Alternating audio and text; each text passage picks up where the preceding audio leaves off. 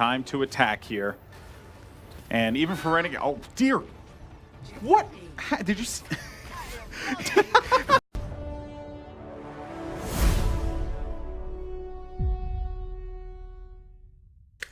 Hey, Overwatch Esports kids.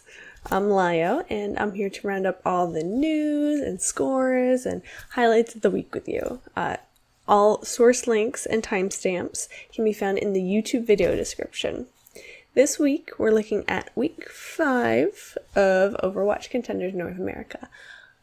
I do plan to expand coverage in later shows to other regions and other tournaments, but this is our first show together, and I'm a little bit nervous that I'm getting really overly ambitious with the scope of this project. So, we're going to start with Overwatch Contenders North America. Envious started off against FNRGFE with a match on Lijiang Tower. Buds and Coolmat teamed up with Junkrat and Zarya's synergy ults to take the win on Control Center. Even with great work by Clockwork on Tracer, FNRGFE was unable to get past Coco's Winston in the night market.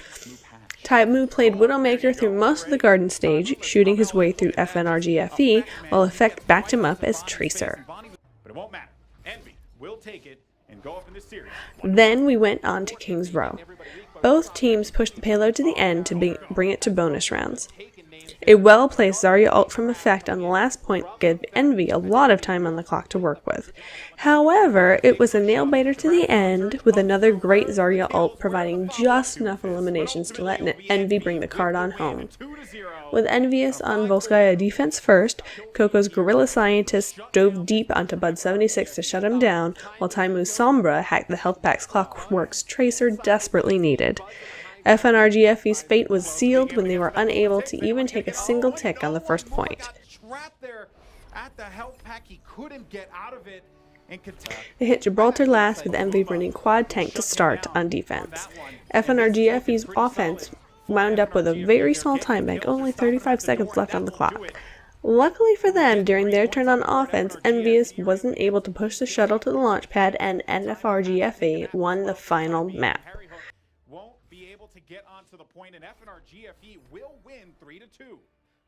FNRGFE looked really good all weekend. Envious was strong as usual, but didn't run quite as roughshod over the little corn dogs as we might have expected to see. The win was secure, to be sure, but FNRGFE put up one hell of a fight. They really seem to be eating their Wheaties this week. That's a spoiler for Saturday. Wink. With these 3 map victories, Envious became the first team to clinch their playoff berth. Congrats! The second game Friday had Congarna going up against Rogue. Baby Bay sit this one out, so Corey subbed in for the second DPS slot on Congarna. He started off in Nepal's village with Baby Bay's usual signature 76. Rogue shut them down hard. Congarna only contested the point with Michael's sneaky Tracer darting in briefly with no backup. Soon started out Shrine with Junkrat for Rogue for some big DPS. It was a bit more contested, with Congarna flipping the point to 99%, but Rogue switched AKM from 76 to McCree to stabilize and pull out the victory. On the second map, Rogue defended on Eichenwald, which I hope they wouldn't choose because it's really hard to pronounce. Rogue used Nico as Roadhog to make big picks with his hook. Michael swapped really quickly from Tracer to Genji, but it took until overtime for them to get the kills to push past the choke onto the first point. Soon's Riptire continued to be terrifying, and Congarna barely made it past the first door into the courtyard. Nico's Genji sliced and diced Congarna into julienne fries, while Rogue finished their turn on offense with ease. Rogue started off the defense on Volskaya with their support Unko on Sombra. Corey swapped onto Junkrat for Congarna, and that seemed to be what they needed. They capped point A fairly quickly, but then Nico started to pop off. He waited for the opportune moment, gets himself 4 kills, and he's gonna pick up a 5th, and Nico's putting on a clinic. Rogue held it on B for defense. Congarna's Dogman chose the Sombra support role on defense, while Unko went back to Zenyatta for Rogue. Rogue went for a fast victory with AKM using Attack Visor to ruin Congarna's day. goodness gracious me, they just had no chance. On defense for Gibraltar, AKM switched to Sombra, making it 3 supports-ish for Rogue.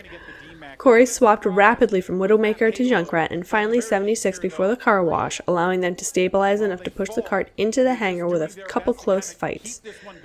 Congarna was just able to push the cart through the hangar on a few choice Lucio boops from Pooks, but they were stopped short just before the corner onto the launch pad. Rogue swapped to offense, and as before, they breezed on through. AKM stayed on Widowmaker through the hangar because he just didn't have the opportunity to swap. Soon was the playmaker here on Tracer, making Dogman's Zenyatta regret choosing Tranquility. It's not a huge surprise that Rogue would win here. They're finally back at their house in Vegas instead of on the road, with their own infrastructure and especially their own hardware. Congarna has struggled throughout Season 1, so although Corey gave it a valiant attempt to fill their star playmaker shoes, it just wasn't in the cards. Saturday started off with second-ranked Envision facing off against FNRGFE.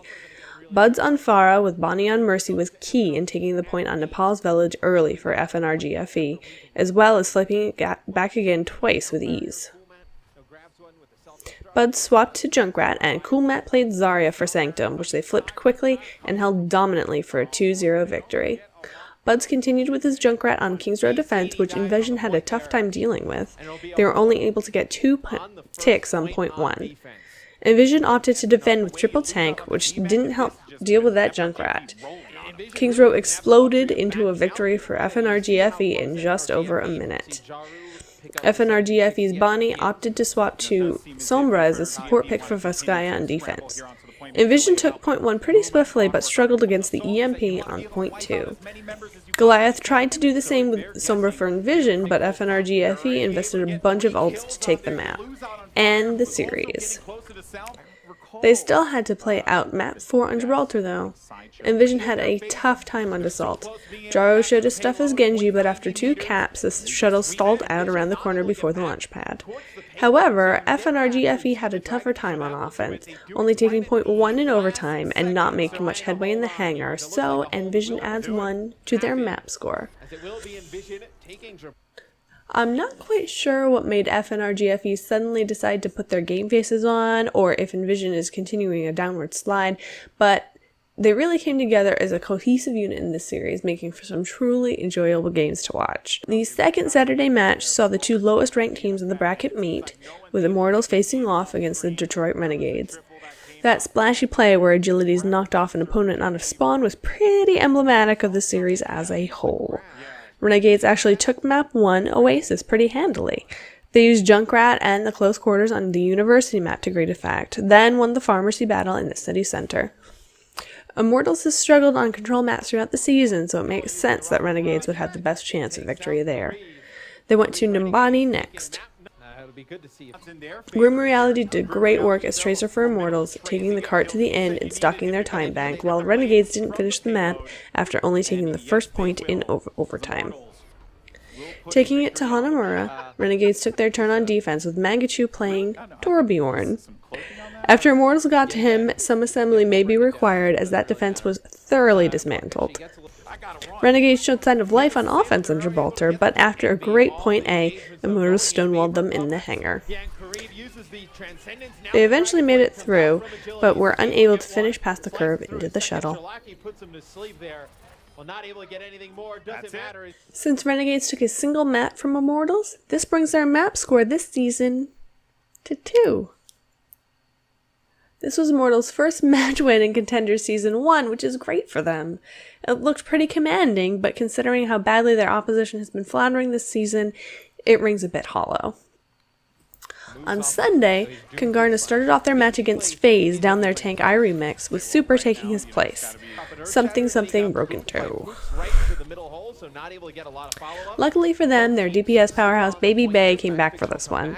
They had him start on Zarya for a triple tank setup on Oasis's University. FaZe also opted for a triple tank. Michael was picked off earlier for Congarna, and FaZe was able to capture the point. Congarna was able to flip the point late, but FaZe took it back fairly quickly.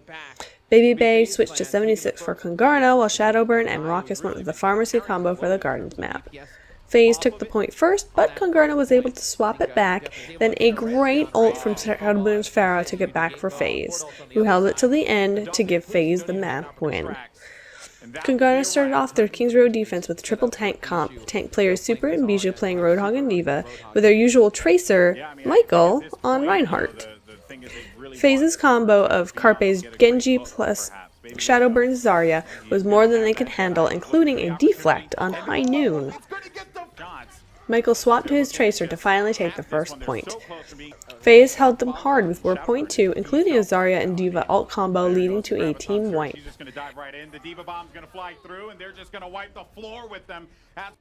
It's a good defense there from FaZe Clan. They struggled up until around 30 seconds to go on point 1, when they finally got a nano boost from Rockus' Ana comboed with Carpe's Dragon Blade to wipe Team Congarna. Once they took the point, it was basically over. Volskaya was map number 3, and Shadowburn started on defense as Sombra for FaZe. Congarna started off getting a fast point A, but Sombra's hacked health packs and EMPs were a big problem.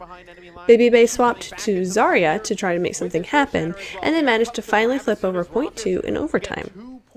Shadowburn went with Doomfist when FaZe went on offense, while Dogman swapped from Ana to Sombra for Congarna's defense. FaZe took point 1 quickly when Baby Bay got picked off on 76. He swapped to Tracer, with Michael on Reaper to defend point 2. Shadowburn swapped to Genji, then Reaper in order to rip through Congarna's beefy front line. Shadowburn's Doomfist punched through Super's Roadhog and took the first point to win a third map for FaZe. For the fourth map, Gibraltar, Baby Bay started off Congarna's offense on Tracer with Michael on Genji. It's kind of a weird comp for them since Michael is usually their Tracer, but he has been struggling. The swap worked for them initially with a pretty swift push of the cart to point 1.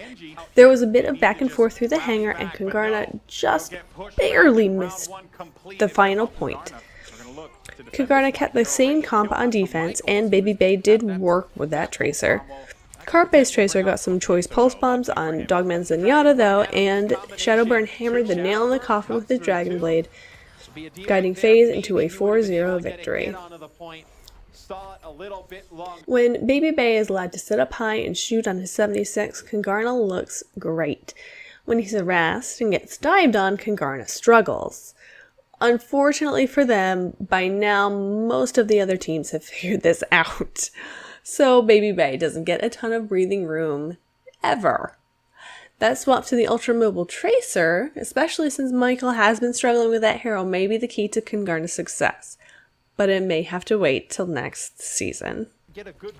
The final match of the week may have been the most interesting on paper. First-ranked NVUS versus second-ranked Envision. However, Envision's performance against FNRG FE the day before led to a bit less faith in their ability. Taimu started off Lijiang Tower in the Garden Mat for Envious on Widowmaker and didn't find much, while Envision took the point first. Effects Tracer ripped through Mercy and a potential res for a flip to Envy. Taimu started taking out the Saini Phosix Pharmacy combo, then picks off Fire's Lucio, but Envision took the point after a great rocket barrage. Envious flips the point back in overtime just for a Mercy res from Phosix and a continued overtime. It is very rapid back and forth, with Envious finally taking the map. Taimu swapped to Junkrat for Control Center, while Effect took his McCree. Envious took the point first, and Taimu toyed with Envision in the spawn using his Riptire, wasting a ton of time, ensuring Envious takes the set. Envision opted to assault on King's Row with a triple tank comp, McGravy swapping to D.Va. Instead of Junkrat, Taimu swapped to 76 for this one, taking the high ground with deadly consequences. Envision eventually took point 1 with lots of Ana-Nanu boosts on both sides from Phosix and Chips. Effect swapped to Doomfist and Taimu swapped to his deadly Widowmaker to hold Envision just after the second point. For their part on defense, Envision opted to use Doomfist with Jaru, and for the offense, Taimu goes with Hanzo. Yeah, you heard me. Hanzo. Effect Mickey and Coco triple tanked it up. Effect's Graviton Surge comboed with Mickey's Self-Destruct to clinch the win for Game 2. Next up was Volskaya, with Envision taking the assault position first. Envy had Taimu take the somber position on defense with chips on Zenyatta and Harry Hook on Lucio. Taimu's EMP was up constantly, so Saini's Diva and Numlock Winston got cut down. But the real enemy here was map awareness. Envision let overtime tick down without contesting the point, only having taken the first tick on point A. Envy made short work of the offense part, taking the map and effectively the series, but map 4 still lurked in the distance. Taimu started on Junkrat for Gibraltar, pouring down grenades into the car wash for Envious's defense. Effect harassed Envision's healers, and Saini switched to Widowmaker in desperation as Envision failed to take point 1. Effect used Genji, and as soon as his first Dragon Blade came up, he destroyed any hope Envision may have had of taking the map off the Titans. Going into Week 6, Envious is at the top of the leaderboard in North America, followed closely by FaZe Clan. Envision and Rogue round out the top 4, with Little Corndog, FNRGFE, and a very close 5th. Congarna and Immortals are places 6 and 7, while the Detroit Renegades are dead last. The game to watch next week is Envision vs. FaZe Clan. The second place team versus the third place team is bound to be the most hotly contested match this week. However, Envision started the season extremely strong and has slowly backslid a bit, while FaZe continues to look dominant from week to week. Tune in at 7:15 Eastern Time, Saturday night. In the news, we got 3 new Overwatch League teams. Philadelphia was purchased by the Comcast Sports subsidiary. Dallas was purchased by Envious, and it stands to reason that given their successes in Contenders, they'll likely retain most of their current roster, if not all. Another esports team is taking the franchise to Houston. Known mostly for their Call of Duty team and the rivalry with Envious, Optic Gaming is the final entity buying a franchise. Who's hyped for E-Clasico in Texas? With that, we finalized 12 teams for the inaugural season of Overwatch League. The dates for the first season were also published. Preseason begins December 6th, and the actual first season begins January the 10th. Mark your calendars. In the meantime, the rosters for our 12 teams have yet to be finalized, which will give us plenty to talk about in the next few months. Cloud9 just bought out Kongdu Panthera, by the way, with the intent to make them into the yet unnamed London team. And as of today, there are just 6 weeks until BlizzCon. Yeah, really? That's all for this week. Until next week, catchphrase, Reinhardt, Reinhardt, Reinhardt. I don't know, I'll work on it. I'll see you soon.